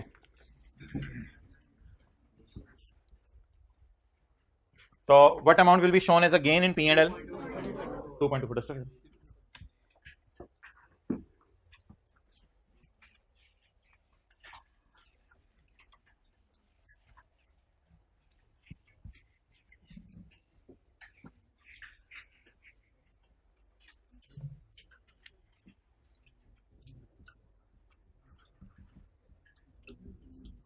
गवर्नमेंट ग्रांट को कितने किस्म की पड़ी थी?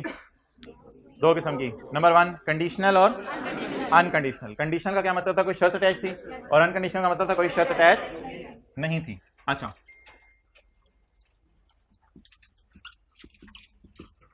जरा देखते रहिएगा।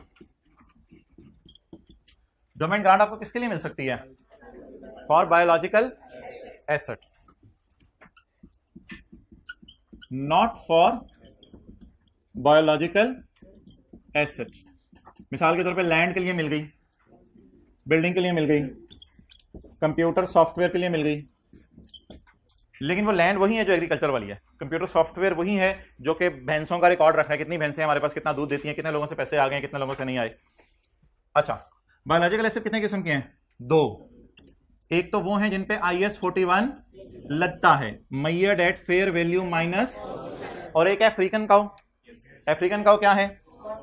बोले बोले बोले, measured at cost, measured at cost। अब सवाल ये राइज होगा कि जो IAS 41 जो हमने गवर्नमेंट ग्रांट्स पढ़ी हैं कल, वो कौन सी वाली हैं?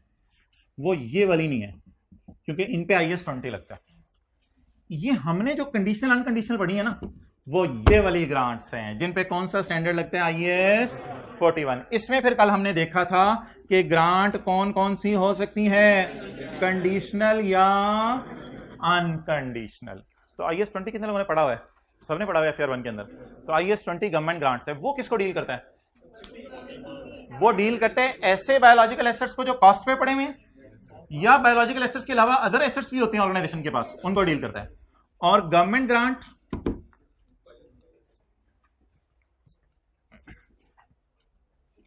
नोट करना है, ये नहीं बना हुआ।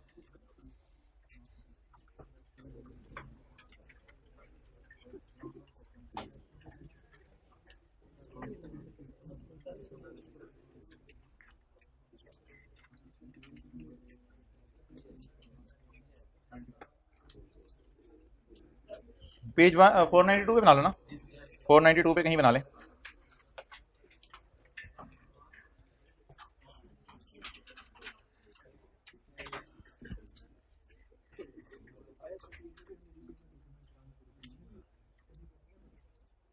नहीं, वस्तु जितनी है उतनी काफी है। हाँ जी, कल वाले टेस्ट की मैं 1-2 दिन में ना डिस्कशन अपलोड कर दूंगा यूट्यूब के ऊपर, जरूर करूंगा।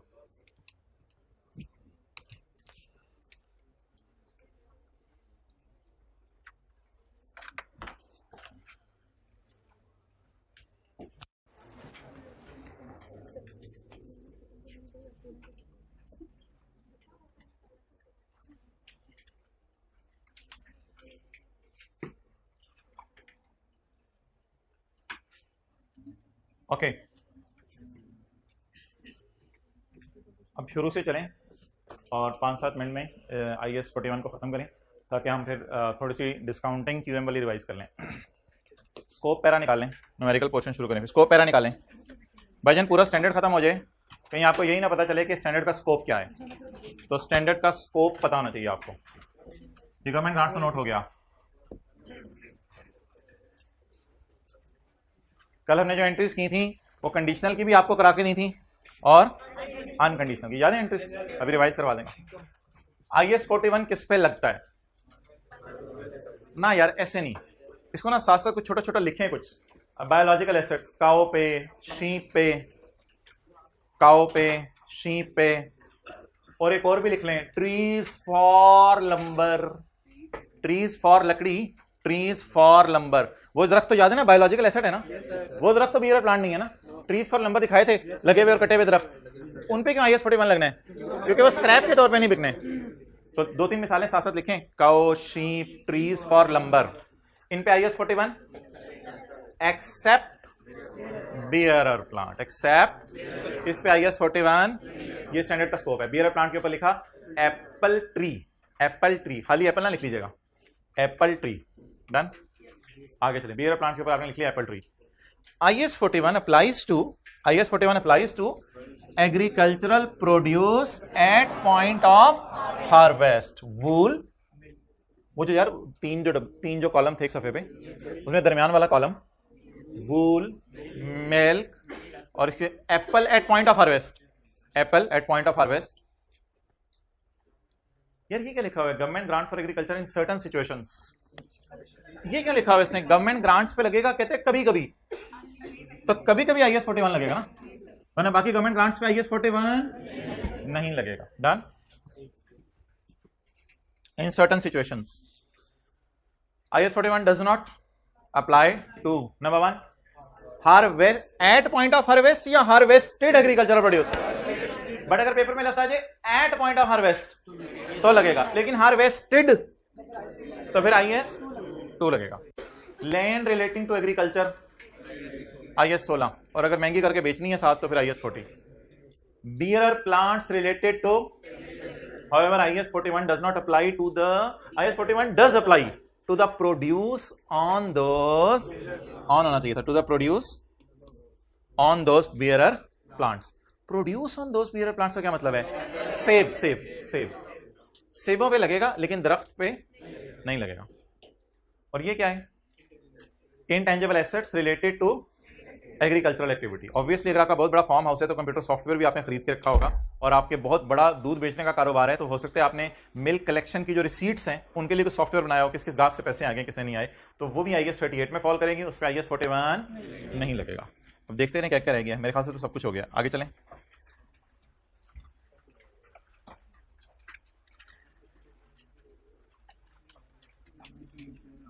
कमाल हो गया, सब कुछ हो गया।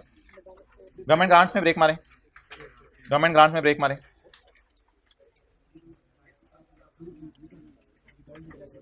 बायोलॉजिकल एसेट हैं लेकिन वो नहीं रहता इस पे, IAS 41 नहीं रहता जी। बायोलॉजी गवर्नमेंट ग्रांट्स का कौन सा पेज है? 492।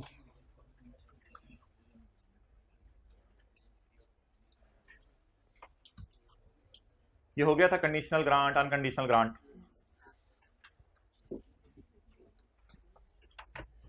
एक कल आपसे बात की थी कि हुकूमत ने आपको 5 साल के लिए ग्रांट दी, ठीक है जी, तो कि 5 साल तक आपने जो है वो मैंगो काश्त करने हैं मिसाल के तौर पे, तो आप एंट्री करेंगे कैश डेबिट लायबिलिटी क्रेडिट, और पहले साल के एंड पे आपने मैंगो काश्त कर लिए। बड़ा इंपॉर्टेंट सवाल है, एंट्री इंशाल्लाह 100% बच्चे आप में से बताएंगे जो एक सोया हुआ है वो मिला के। अच्छा, गवर्नमेंट ने आपको ग्रांट दी कि आप क्या बनाएंगे? 5 साल तक मैंगो काश्त करेंगे। पहले साल के एंड पे आपने मैंगो काश्त कर लिए, बताएं क्या एंट्री करेंगे? Liability debit income credit. क्या गवर्नमेंट ये शर्त लगा सकती है कि 5 साल तक मैंगो लगाओ तो तुम्हें ग्रांट मिलनी है, वरना मिली भी वापस ले लेंगे? एक ये बात हो सकती है। दूसरी बात मैंने कल की थी, वो क्या थी? जैसे जैसे मैंगो लगाते रहोगे वैसे वैसे तुम्हारा ग्रांट पे राइट बनता रहेगा, जैसे जैसे मैंगो लगाते रहोगे वैसे वैसे तुम्हारा ग्रांट पे राइट बनता रहेगा। फिर हम लायबिलिटी को आहिस्ता आहिस्ता इनकम में डालेंगे या एंड पे इनकम में डालेंगे? आहिस्ता आहिस्ता इनकम में डालेंगे। लेकिन अगर गवर्नमेंट ने कहा 5 साल तक मैंगो काश्त करो और 5वें साल के एंड पर जब तुमने काश्त कर दिया फिर तुम्हें जो है वो इस ग्रांट को तुम्हारी हो जाएगी, वरना हम तुमसे वापस ले लेंगे, फिर इस एंट्री को डेफर करेंगे। कोई एंट्री नहीं होगी, कोई एंट्री नहीं होगी, कोई एंट्री नहीं होगी, क्योंकि चौथे साल भी मैंगो बनाने बंद कर दिए ना, ये पूरा 5 आपको वापस करना पड़ना है। तो फिर 5वें साल के एंड पे आप वेट करेंगे और एक ही दफा एंट्री करेंगे लायबिलिटी डेबिट, फिर सारी इनकम 5वें साल बुक होगी। फिर ये नहीं कहना कि मैचिंग कॉन्सेप्ट वायलेट हो रहा है, इस किस्म के चक्रों में नहीं सोचना, बस फिर 5वें साल के एंड पे, क्योंकि ट्रांजैक्शन की रियलिटी फिर ऐसी है। तो गवर्नमेंट ग्रांट कितने किस्म की हो सकती है? 2 किस्म की। कंडीशनल में बता रहा हूं 2 किस्म की हो सकती है। कंडीशनल मींस एक ये कि जैसे जैसे तुम वो काम करते रहो वैसे वैसे ग्रांट तुम्हारी, फिर 5 एंट्रीज होंगी, liability debit income credit, liability debit income credit. और दूसरी ऑप्शन एग्जैक्ट 5वें साल के बाद जो है वो तुम्हें इसका राइट होगा। पढ़ी इंग्लिश। पार्शियल रिकॉग्निशन, पहले ये इंग्लिश पढ़ लें सारी। If a government grant relate to a biological asset measured at fair value less, if a government grant relate to a measured at, इसके ऊपर IAS 41 लगना, including when a government grant requires an entity not to engage in specific activity। यार ये क्या होता है not to engage in specific activity? Grant देते हैं ये भी कह सकते हैं कि तुमने सेब नहीं उगाने, इसके अलावा जो मर्जी उगा लो, ये भी तो कंडीशन है एक तरह की। An entity shall record the government grant in P&L when and only when the condition attaching to grant are met। अब वो कंडीशन किस तरह मेट होती है मैंने 2 तरीके बताए हैं। पार्शियल रिकॉग्निशन, थोड़ा सा रिकॉर्ड कर लें। Terms and conditions of government grant very. For example, white shirt, for example a grant may require an entity to farm in a particular location for and require the entity to return all grant if farms for a period shorter than 5 years। ये मतलब बताएं इसका। Entity को कहा है 5 साल farm house में चले जाओ, लेकिन अगर लेस देन 5 साल तुम गए तो क्या करना पड़ेगा? Require the entity to return all of the grant. फिर तुम्हें सारी ग्रांट क्या करनी पड़ेगी? इस केस में, in this case the grant is not recorded in P&L।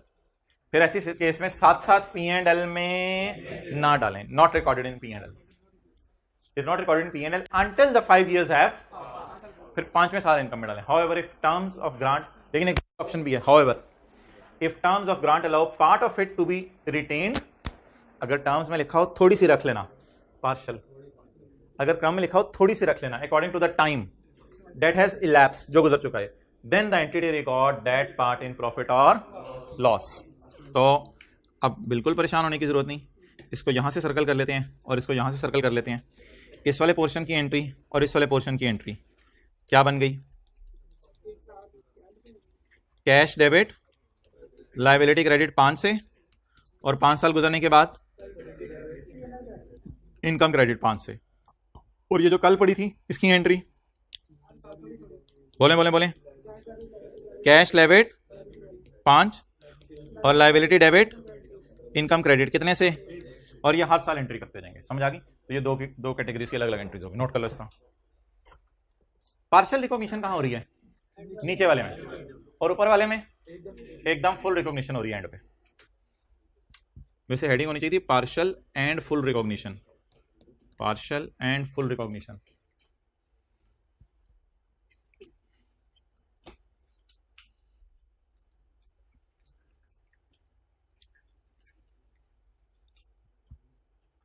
Okay, biological asset measured at cost and bearer plants, bearer plants भी यहां डाल दें, बियरर प्लांट्स भी इधर डाल दें लैंड के साथ। बियरर प्लांट, इस डायग्राम को बेहतर कर लें, बियरर प्लांट। बियरर प्लांट पे भी क्या लगेगा? बियरर प्लांट तो वैसे ही कॉस्ट पे पड़ा होता है ना, तो उस पर तो IAS 20 लगेगा। If the biological asset has been measured at cost, African cows में फौरन लाया करें, पेपर में भी लानी है, या अफ्रीकन बकरा। If the biological asset has been measured at cost और it is a bearer plant, then the requirements of IAS 20 should be applied। ठीक है जी, अल्हम्दुलिल्लाह स्टैंडर्ड खत्म हुआ। ये 2-3 कुछ पैरा रह गए हैं, ये मैं इंशाल्लाह कल पढ़ाऊंगा। 2 MCQs रह गए थे, वो कर लें। दो ट्रू फॉल्स और जानी दो ट्रू फॉल्स रह गए ना यार, वो कर लें। कितने हैं? 8 हैं, 8 थे टोटल, 3 ही रह गए यार, 2 रह गए हैं। हद होगी, 6/6 नंबर लिए थे लोगों ने, हाथ खड़ा करें। 6/6 वाले कौन से थे? 6/6 नंबर लिए थे। अब 2 नंबर रह गए लेने वाले, वो 2 नंबर ले लें। अच्छे बच्चे 2 नंबर ले लें। कौन सा रह गया? 2 भी रह गया। और IAS 41 does not apply on bearer plant. पहले इतनी सी बात पढ़ के बताएं, यस और no. IAS 41 does not apply on bearer plant, बिल्कुल, क्योंकि कौन सा स्टैंडर्ड लगता है? IAS 16। हाउएवर IAS 41 इतने बूथा जिन्होंने नीचे किया था उनको बूथा कहा जाता है, आप लोग तो माशाल्लाह अच्छे बच्चे हैं। However, IAS 41 applies on सेब ग्रोइंग ऑन। अब ये पूरी बात ट्रू है, कोई इसमें गलती नहीं, ट्रू है। कल भी ट्रू कर दी थी, पढ़े बगैर ही। VII। अच्छा, अब मेरी बात मजे की सुने। कुछ बच्चे ऐसे पढ़ेंगे, all government grants related to biological asset accounted for under IAS 41, उनको समझ नहीं आएगी। और कुछ पढ़ेंगे ऑल नहीं, ऑल गवर्नमेंट ग्रांट्स नहीं, ऑल तो ये है, ऑल तो ये है ना, all government grants related to biological are accounted under IAS। ये बात तो गलत है। ऑल अकाउंटेड ग्रांट्स या सर्टन, वो जो स्कोप पैरा था उसमें क्लास लिखा हुआ था सर्टन वाला, तो सर्टन गवर्नमेंट ग्रांट्स या all government grants? Certain government grants. Clear? Okay, दूसरा दो।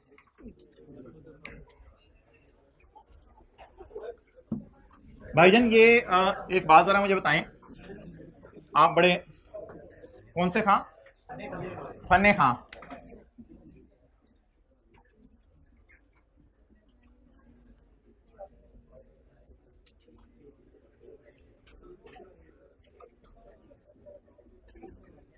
I will receive rupees for 4 years। कोई बंदा, ओ भाईजान लीज की डिस्काउंटिंग समझ नहीं आनी, QM रिवाइज कर लें। I will receive rupees 80 for, मैं 4 साल तक rupees 80 रिसीव करता रहूंगा। एक लफ्ज में और डालने लगा हूं, इन एरियर ज़कात। I will receive rupees 80 for 4 years in arrear. 4 साल तक मैं 80 रुपए लेता रहूंगा। रुपीज 80 ईच कर लें समझने के लिए, rupees 80 each for 4 years in arrears.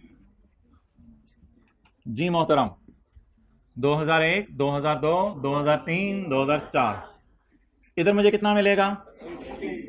80। इधर 80। क्लियर? अब आप मुझे ये बता दें कि इसको जो डिस्काउंट किया जाएगा वो सिंपल फॉर्मूले से किया जाएगा या एनओटी वाले फॉर्मूले से? अब एनओटी वाला फॉर्मूला देखें भाईजान, ये लीज में ना डिस्काउंटिंग बड़े सुकून से आपने समझनी है। डिस्काउंटिंग को आपने बिल्कुल भी आगे पीछे नहीं करना, उसकी बेस पे सारा सवाल हिल जाता है। पेपर में तो ऐसा होता है कि अगर डिस्काउंटिंग आपकी गलत होगी आगे आपके मार्क्स नहीं कटेंगे, लेकिन आप खुद जरा परेशान हो जाएंगे जब सोल्यूशन देखा करेंगे। तो इसलिए आप डिस्काउंटिंग को बड़े अच्छे तरीके से सीखना है आपने। अब मैं डिस्काउंट रेट ना सारे सवालों में इधर ही लिखने लगा हूँ 10%, डिस्काउंट रेट 10%। अच्छा, अब मैं निकालना चाहता हूँ इनकी कौन सी वैल्यू, प्रेजेंट वैल्यू ऑन यकम जनवरी 2001। यकम जनवरी 2001 को मैं इनकी प्रेजेंट वैल्यू निकालना चाहता हूं। मैं लिखूंगा इधर 80 के बाद 1 minus 1 plus I raise to power minus n divided by I. इथे आए। अच्छा जी, 80 into 1 minus 1 plus 0.1, 1 plus 0.1, 1 plus 0.1, क्या जवाब आ गया? 1.1 रेज टू पावर, दानिश जल्दी, raise to power what is n? No, number of years नहीं, ब्लंडर मार देंगे आप पेपर में। यही डिस्काउंटिंग में छोटी छोटी चीजें सीखनी है। ये डिस्काउंटिंग आपको टफ टाइम दे देगी अगर शुरू से टेंटिव नहीं रहेंगे, मैं बता रहा हूं, शुरू से टेंटिव रहने। अच्छा, n is number of payments, number of, how many number of payments are there? 4 payments are there. Raised to power minus 4 times 80 is appearing, 4 times 80 is appearing, divided by 0.1 is equal to 253.58, जिसे round करके आप क्या कह सकते हैं? 254। Okay, अच्छा अभी note करने का टाइम देता हूं। But if I change this data and I say I will receive ₹80 for 4 years in advance. In advance का क्या मतलब होगा? साल के शुरू में, साल के एंड पे, साल के शुरू में। तो then the story will be different. I will ₹80 each for 4 years in advance. मैं ₹80 रिसीव करूंगा इन एडवांस फॉर 4 years। अच्छा, आप बता दें जी क्या कहानी बनेगी? 2001, 2002, 2003, 2004। अच्छा, एनओटी का फॉर्मूला किसी को याद हो? क्या बताया था, कब लगता है? हाँ, जब पेमेंट्स की अमाउंट सेम हो और रेगुलरली आ रही हो अमाउंट्स और पीरियड बीच में सेम हो, तब कौन सा फॉर्मूला लगता है? एनओटी का फॉर्मूला लगता है। अब 80 मुझे इधर मिलेगा यकम जनवरी 2001 को, यकम जनवरी 2002 को मिलेगा 80, यकम जनवरी 2003 को और यकम जनवरी 2004 को। ये मुझे 80 मिलेगा। अब भाईजान कई तरीके हैं, जिस तरीके से मैं करवा रहा हूं आपने उसी तरीके से करना और समझा करना है। वो तरीका ये है, प्रेजेंट वैल्यू, ये तो फ्यूचर वैल्यूज है ना, ऑन यकम जनवरी 2001। अब मैं खड़ा हूं यहां पे, याद रखिएगा यहां पे खड़े होकर हम प्रेजेंट वैल्यू निकालेंगे। यहां पे खड़े होकर जब हमने आवाज मारी 80, पीछे से भाईजान इतना ही में, सॉरी यार इधर ही था, चल तू ते आना। इसको डिस्काउंट नहीं करना, इसको डिस्काउंट किया तो वो फिर डिस्काउंट लगा देता है एग्जामिनर। इसको डिस्काउंट, ये ऑलरेडी आप चीजों को कहां बुलाना चाह रहे हैं? यकम जनवरी 1 को आप चीजों को स्टेशन पे बुलाना चाह रहे हैं, बंदों को, और एक बंदा ऑलरेडी स्टेशन पे और लगे हैं नदीम नदीम नदीम नदीम, ओ नदीम, तो इसको बस प्यार से बुलाना है नदीम, इनको नदीम नदीम नदीम। जो आखिरी वाला है इनको जरा ऊंची आवाजें मारनी। आप बता दें कितने 80 बच गए? इन्वॉल्व हो ना कुछ, जरो फूल। कितने 80 बच गए? 3 80 बच गए। अब ये जो 3 80 हैं इनको डिस्काउंट करना है। अब इसमें आपने ये नहीं कहना ये साल के एंड पे है, और भाई साल का एंड हो या अगले साल का पहला दिन हो, है तो एक ही बात ना, इससे क्या फर्क पड़ता है? 80 into 1 minus 1 plus I raise to power minus n divided by I. Please please please please now आपसे मैं थोड़ा सा ध्यान रखना पड़ेगा चीजों का। मोहतरम please 1 minus 1.1। How many number of 80s जिनको आपने लिफ्ट नहीं कराई और कितने 80s को लिफ्ट करा दी? तो नंबर ऑफ 80s चले आओ जी जी मैं आ रहा हूं। और बाकी जो रह गए हैं जी बिल्कुल बिल्कुल बिल्कुल। अच्छा तो बाकी कितने रह गए? डिवाइडेड बाय 0.1 चलें इज इक्वल टू कर लो।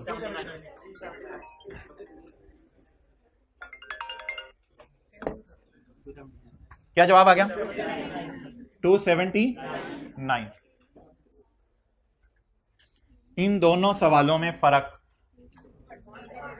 इन दोनों सवालों में फर्क बताएं। फर्क, इस सवाल में क्या लिखा हुआ था? एरियर।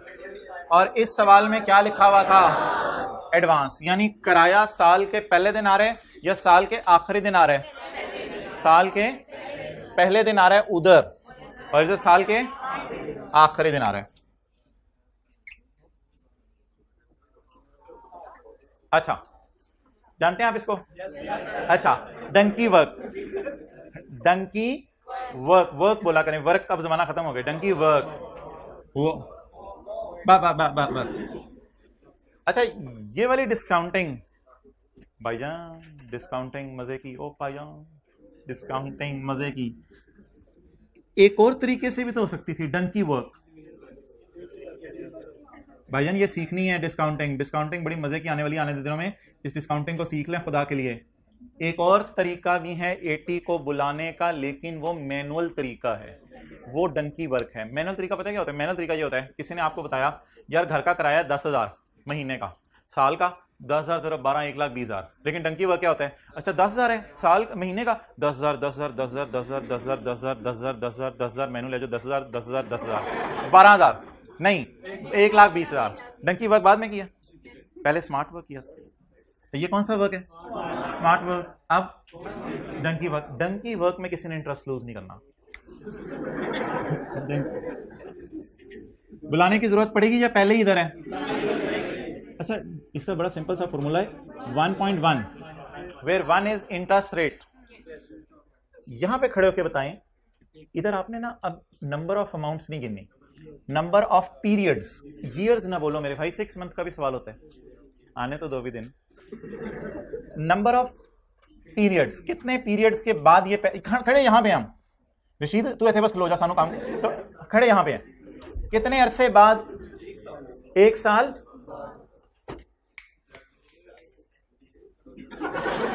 Raise to power -1। ये किस वाले 80 को डिस्काउंट कर लिया? अब किसकी बारी?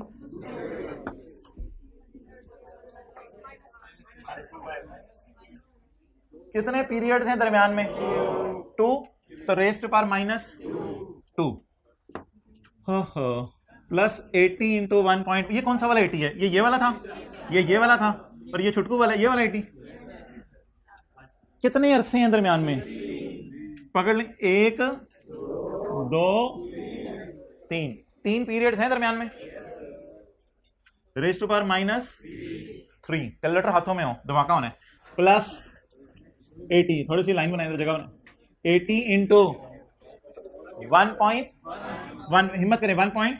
Raise to power -4, 1 3 4 number of periods हैं दरमियान में। रेज टू पावर माइनस, जिन जिनके कैलकुलेटर पे 253 आता जा रहा है वो जाते जाए मुझे। क्या आया कैलकुलेटर पे? 253.58 है, राउंड करके। कैसा लगा डंकी वर्क? मजाक नहीं, डंकी वर्क। तो डंकी वर्क भी सीखना है और दूसरा भी सीखना है, क्योंकि डंकीज ने donkey work, sorry donkey work तो हमने करना हुआ करेगा ना, वो भी कभी कभी, तो इसके लिए डंकी वर्क कल करेंगे। चलें ठीक है, जाएं फिर जाएंगे। होमवर्क में कोई सवाल नहीं है। IS 41 का क्या पढ़ा है? इनको जाने दो। IS 41 का क्या पढ़ा है भाईजान? सुबाती क्या पढ़ा था? Bearer plant. फिर क्या पढ़ा था? डिस्क्लोजर एमसीक्यू किए थे, फिर गवर्नमेंट, फिर स्कोप पैरा किया था, बस ये किया था।